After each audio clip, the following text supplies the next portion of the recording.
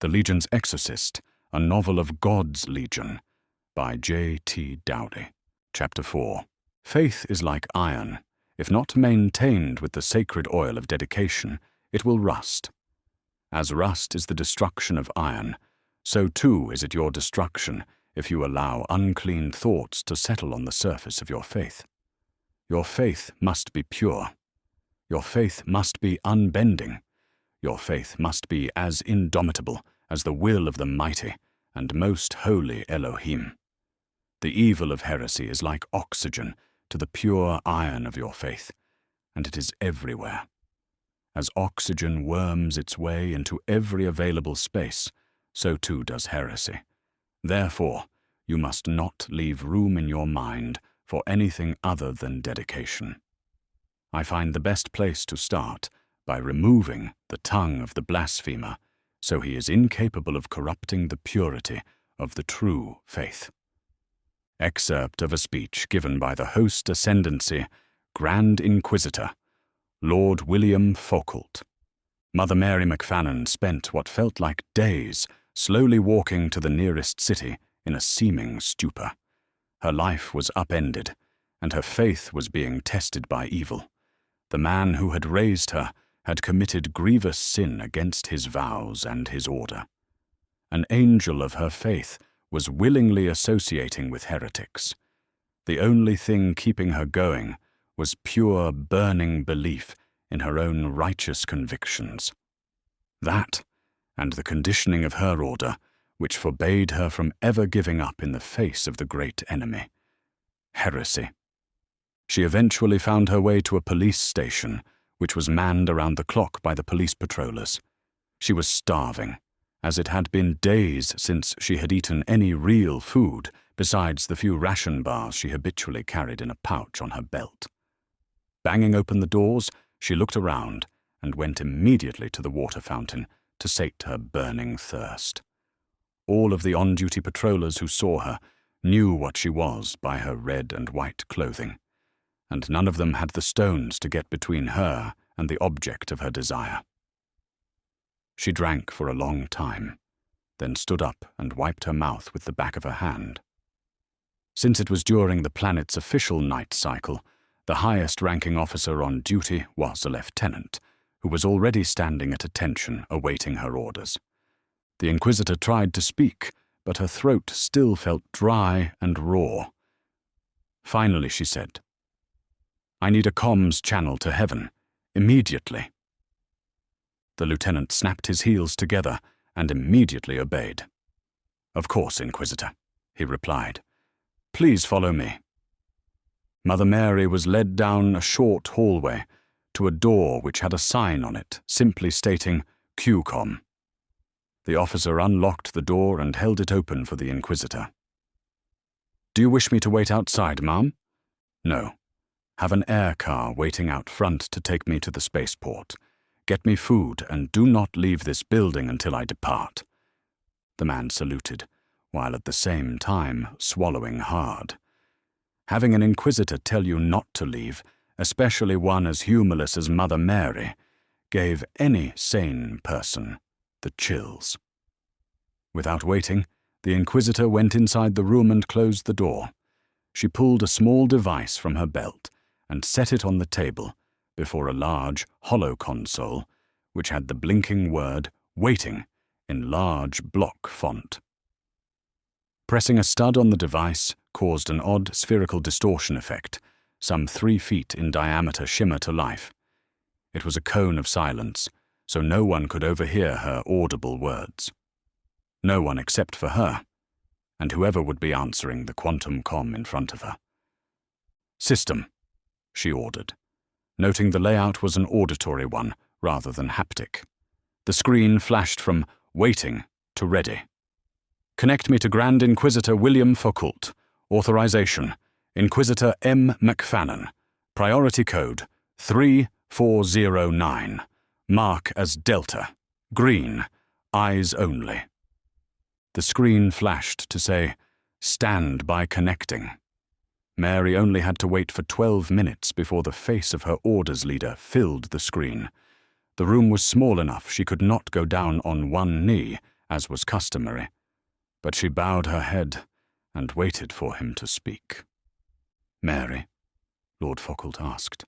Even though he was curious as to why she was calling, his face was a political mask of disinterest. "Last I was told." He looked to his left, as if checking another screen or paper. "You were sent to Our Lady of the Red Lake with Arkley's pet, Father Kant. Yet here you are, and with no sign of the good little exorcist. Should I take it to mean something has happened to him? That would just be a tragedy if a man so lacking in his devotion to the most holy were to be found a heretic. Wouldn't it?" Mary looked up. She was never any good at keeping things close to her chest, and the Grand Inquisitor's tone was so spiteful and yet full of mirth. He obviously knew something of what was going to happen before the pair left heaven.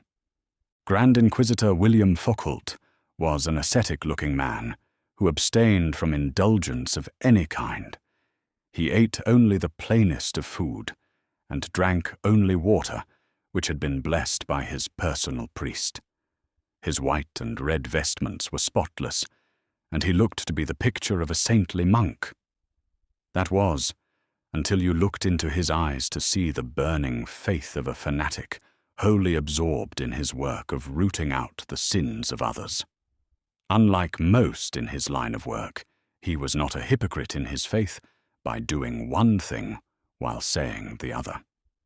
William Faucult had the purest of intentions and practiced what his God's religion told him was proper, whether or not Creator Elohim had specifically told him to behave in a particular manner was inconsequential. God had told the Grand Inquisitor to root out corruption, and he would do exactly as he was told. "Oh, don't look at me that way, Mary," the Grand Inquisitor continued. "You and I both knew Father Kant was not the man he claimed to be. I did not want you to go on this assignment, but I am not a man who can tell His Grace no. I am sorry you had to find this out for yourself the hard way, child, but we cannot have high-ranking members of the clergy secretly harboring heretical ideas. Can we?" "No, Lord Faucult. That would tarnish the faithful and let corruption into our ranks." "My thoughts exactly, Miss McFadden. My thoughts exactly. So, come now, tell me what has transpired." And so, Mary told her boss everything. She described in great detail the false beings of spirit she had seen, and of especially the evil filth, Baphomet, and Lilith. She told the entire conversation and the startling revelation that Father Kant had an illegitimate son, while supposedly vowing to remain celibate. Most importantly, she explained how the angel of their faith, Elilith, had differed to the devil's bride. The Grand Master of the Inquisitors sat for a half-hour, staring at Mary like one of the many statues which lined the golden halls of the Grand Cathedral. He hardly blinked, and scarcely moved except to breathe. He was committing it all to memory, as such information was far too valuable to a man like him to ever be written down. At the end of her story, William Faucult simply asked, "Do you swear by the statement you just gave me, Inquisitor?" "I do. You have never failed me, Miss McFadden, or our order. I charge you with hunting down this apostate and to bring him back in chains for interrogation and holy judgment. We must find out what blasphemy he has uttered to others. I fear that once we pick at this rot, we will find an infection which has spread far and wide because of this so-called holy man. We have to stop this. We must stop this. Yet, we have a problem on our hands, Inquisitor." Mary looked up to meet the eyes of Lord Faucult. "I am ready to serve," she said.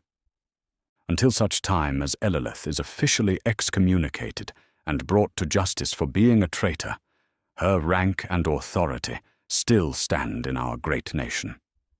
She ordered you to return to heaven and report directly to His Grace Raphael. I do not have the authority to countermand that order." He tapped one finger theatrically on his lower lip. "I might not be able to give orders until the previous are carried out, but I can cause arriving and departing ships in that sector of space to be, let's just say, a bit tardy. Carry out your orders as directed, Miss McFadden, so you will have a clean conscience. I will work on getting a meeting with His Grace, so you may fulfill your orders and receive the new ones I shall soon have dictated. In the meantime, you look as if you need some rest. You will not do anyone good if you just keel over." Mary bowed her head. "I understand and will obey, Grand Inquisitor. Do you want me to start requisitioning the might of the host to carry out your incoming orders?" William Foucault did not even have to think about it, considering how many beings of Spirit Inquisitor McFadden would be up against. "You have my blessing. I will try to impress upon His Grace the gravity of your situation so he can make the necessary requisitions to you for our holy angels to support you against the forces of darkness." He paused as he recalled the limited information his subordinate had mentioned about there was some kind of transport craft coming down to ferry the heretics back into orbit. "I will draft the papers allocating you a full battle group, since we do not know what kind of ship they had in orbit. Those papers will be on my desk for when you get back.